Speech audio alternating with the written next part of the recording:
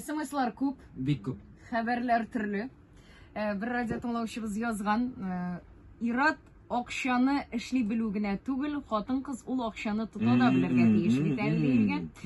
Тагын бер хәбәр, минем килен кирәк әйбер турында уйлаганы юк. Аңа нигә акча, ачуын чыгарып, минем акча бетте дип торганчы бирмәү әйбәтрәк дип куйганнар әле.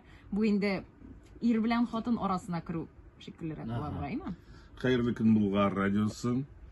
Безнең шыр кешеләре гомер буе тормыш дилбегәсен бергәләп тарттык. Ир кеше күпме эшләргә тиеш дигән сүз дә булмады. Һавадан акча ала алмый бит инде ул. Ир кешенең эше булай да физик яктан авыр. Иң мөһиме исән сау булсыннар. Акча бер кайчан да җитми. Акча общий куллануда булса иң яхшысы дип уйлыйм. Лиана, Башкортстан. Менә шундый фикердә бар. Нормаль күренеш. Заначка турында сүз бара. Минем ирем шабашкага акчасын беразын үзендә калдыра. Бик кирәккәндә ярап куя. Мин җыя белмим, иремнең карточкасы миндә. Димәк, зарплата миндә. Бер тиен дә сорамый. Нәрсә кирәген апкайтам дигән. Әйбәт. Хәерле иртә иртәнге шәйләр. Ират шәһәрдә яшәсә, калдырырга тиеш минемчә.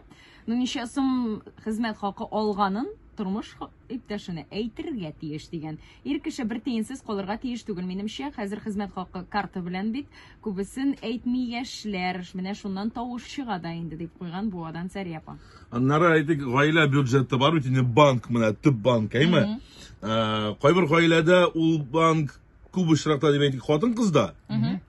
Бар шундый очраклар, төп банк бюджет Иратта. Әйе. Аны хәтта хатыны да үзе әйтә, mesela. Ой, юк, иремдә генә булсын, мин акча тота белмим, мин туздырып бетерәм дип. Акча эшләрен мин чамаламыйм диючеләр дә бар. Әйе. Менә сез кайсы яклы? Радио тыңлаучыбызна былай дип язган. Хәерле көн. Өчен ышка ялгап яшәсәк тә иремнән яшереп җыям акча. Җыелган акча булмаса йоклап булмый дигән. Үзем тулы семьяда үссәм дә безнең әни тартты. Әти эшәйде. Шуңа күрә хатын-кызның җыелган акчасы булырга тиеш. Менә монда бер фикер эзләп таптым мин интернетта, егетләр. Бер эшмәкәр менә мондый фикерен җиткергән. Һәр шәхеснең үсешенең билгеле бер дәрәҗәләре бар. Әгәр дә кеше 30 мең сумнан кимрәк хезмәт хакы алып эшли икән, ул ялкау бу ирләр турында дигән. Ничек? 30 мең сумнан кимрәк хезмәт хакы алып эшли икән һәм үсешкә омтылмый икән, бу ялкау дигән. Сабылас. Шуннан Юк, менә күп кенә эшкуарлар да 300 мең сум ала башлыйлар да, шуның белән туктап калалар.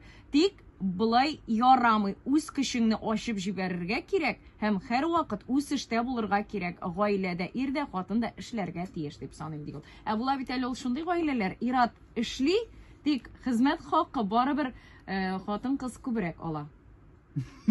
Сер нәрсәдә бикәм моның? Бу начармы? Юк, бу начармы түгелме? Һәр гаилә үзенчә билгели бит моны.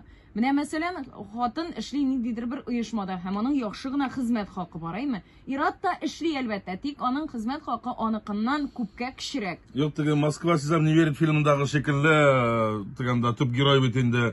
Гоша анда хатын-кыз аннан югары дәрәҗәдә булырга тиеш түгел дип инде шуында, әйме? Ну, Бирүләп карасаң, кем нәрсәгә укыган инде җәмәгать, аның нәрсәсе начар инде. Әгәр дә үзара килешеп яшиләр икән дисеңме? Әлбәттә, ике ягны тигез күреп яшәсәләр, тормыштан канәгать булсалар, акчалары җитәрлек булса, какая разница кем алып кайткан акчаны?